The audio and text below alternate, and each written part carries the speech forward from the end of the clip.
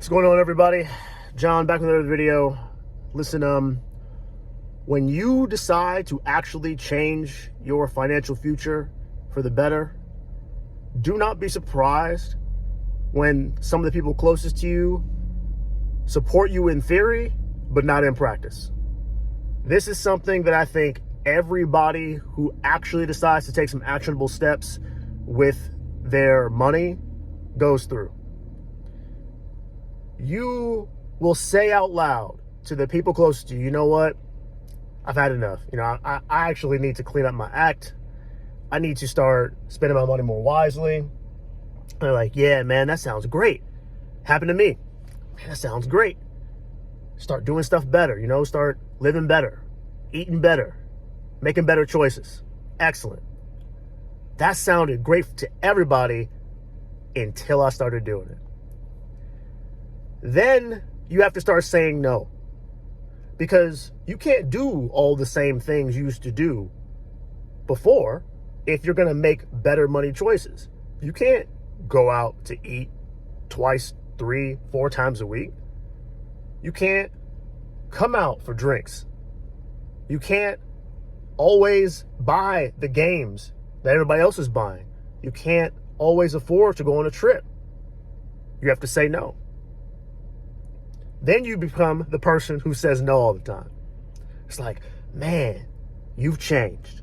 Then all of a sudden you've changed. And from your perspective, you might be thinking, well, yeah, of course I fucking changed. Of course. I'm trying to get my act together. Remember the conversation we just had?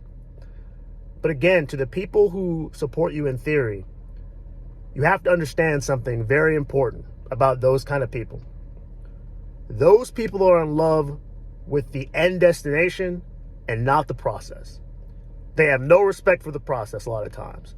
When someone says, yeah, it sounds great for you to be able to save, $20,000 for an emergency fund, that would be insane. I wish I could do that.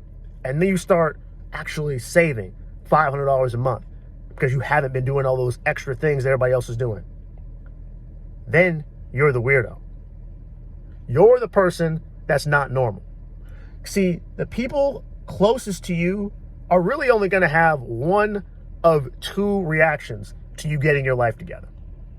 The first is you decide to get your life together, you start making better decisions, and they look over at you without you even saying anything most times, and they go, wow, they're really doing well with themselves. They've actually started to make progress on some of the stuff they talked about.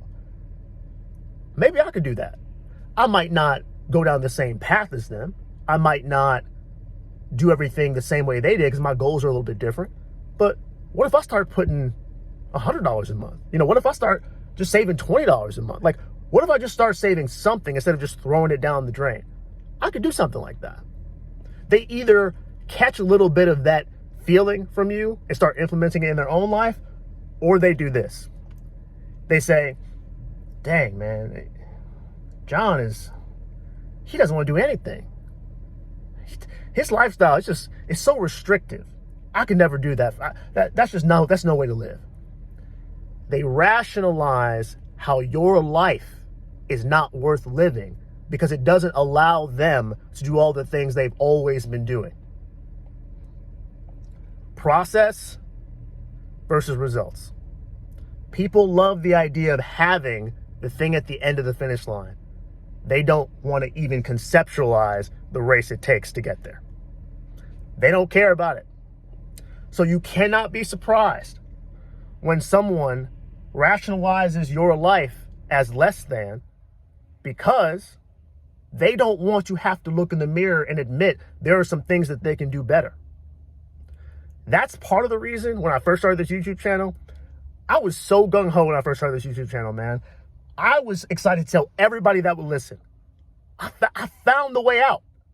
It takes a lot of discipline, but we could all do this. We could all get out of debt because everyone around me seemed like they just had debt. It was just so normal. Like, we all got debt. We all got credit cards. We all got student loans. We all got car payments.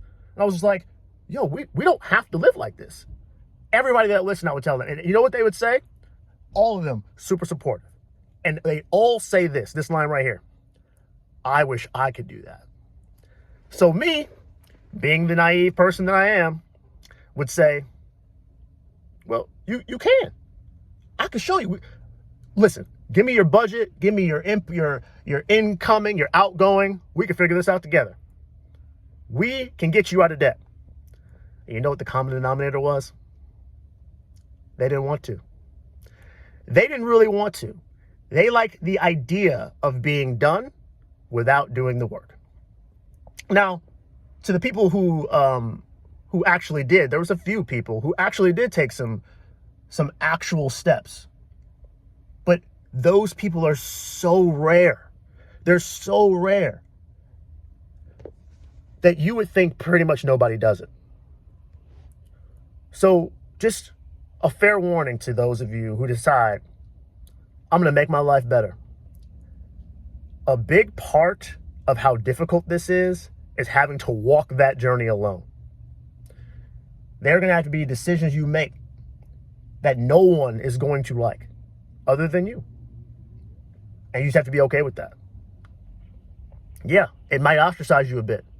But remember, if you want better than what everybody else has, you have to do something differently than what everyone else does. You cannot expect to do what every normal person does and get better results in them. You can't. And yeah, all the normal people are going to call you weird. But honestly, be real with yourself. Is that really a bad thing? Because to me, that sounds like a compliment. You're like, you're weird. You're not normal. You're damn right I'm not normal. Do you know what it is to be normal in America? This is something Dave Ramsey says all the time on the show.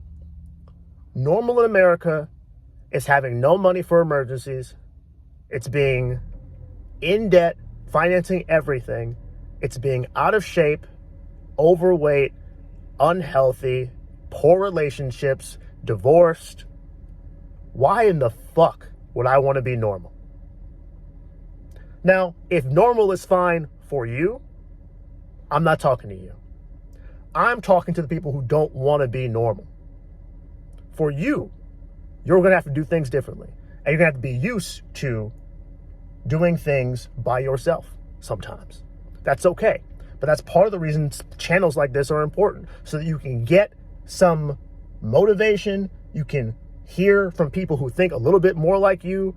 I'm not saying I'm going to be like, I don't know you all, but I think for me, something that's been helpful is listening to other people who have a mindset that's not just, I'm stuck, I'm here forever.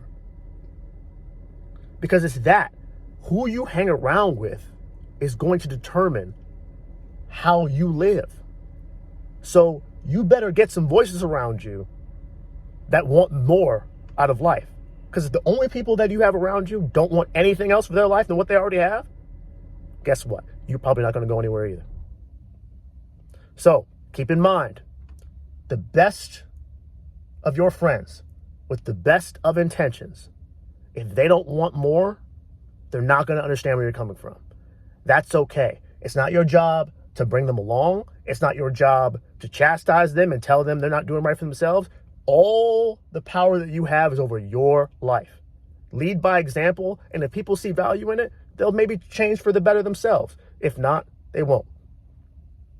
But you have a responsibility to your life to get the best out of you. So spend the time doing the work instead of daydreaming about the result. I'll talk to y'all later.